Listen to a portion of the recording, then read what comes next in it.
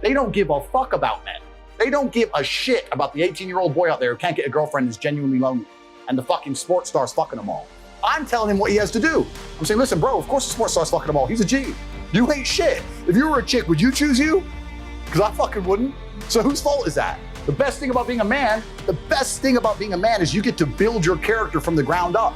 You're not born with any value. You're born as a blank slate. I decided I wanted to be a big toting, kickboxing, Bugatti driving fucking bad boy. I did it all myself. You get to choose you want to be a musician and be sensitive and play guitar and get them that and be important that way. You get to choose you want to go get in the cage and kick the fuck out of somebody. You get to choose to be anything you want. But you have to go and do it. It's going to be difficult because it's competitive. But that's the beauty of being a man, the blank slate. And I inspire men to look at themselves as a blank slate and go, you know what? I ain't shit now, but I can become anything I want. How could I possibly give up on myself? And then they delete. And then they say we care about men's mental health. If they don't give a fuck, they're lying. This is what they say that women are and men must become. Completely true. Right? I mean, it's because a man, you talk about, there's nothing worse than being born rich and then just being rich. Oh, absolutely. The beauty is being fucking dirt poor and becoming rich. Completely. And all three of us sitting here have dealt through that. A man has to have tenacity and go through struggles and days where you're like, I can't fucking do this anymore, but still pop your head up the next day and be like, all right, let me get back in the gym. I say this. Tenacity. I say this all the time. I say the best things that ever happened to me are the worst things that ever happened to me. All the trauma and bullshit I've been through in my life are the best things that ever happened to me. Because as a man, if you've not had a difficult life, you cannot be good at being a man.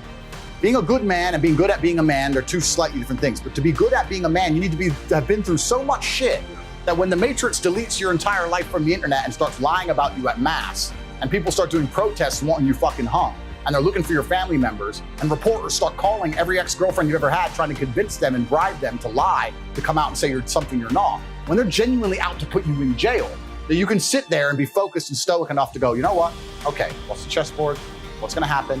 Who's trying to shoot me right now? Nobody. Okay, so it's better than it was a couple years ago. Okay, so X, Y, Z, and plan through it, right? You're never gonna be capable as a man if you've not had trauma.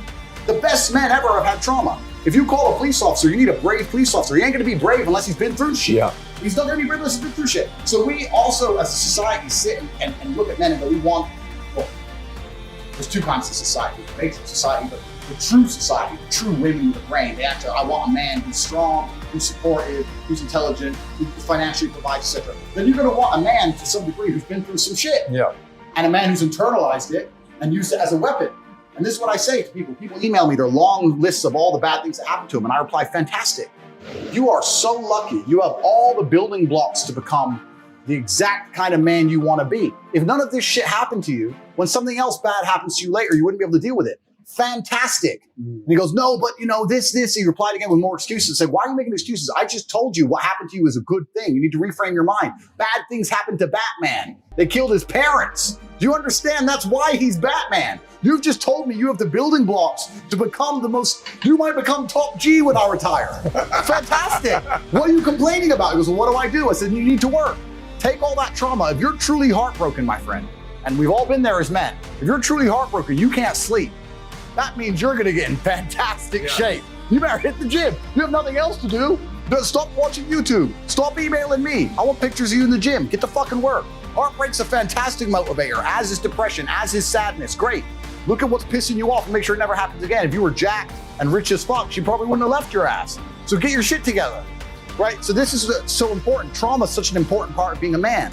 And the Matrix talks of trying to say that trauma is terrible and avoid trauma, or if you get trauma, take a pill, and that's unrealistic.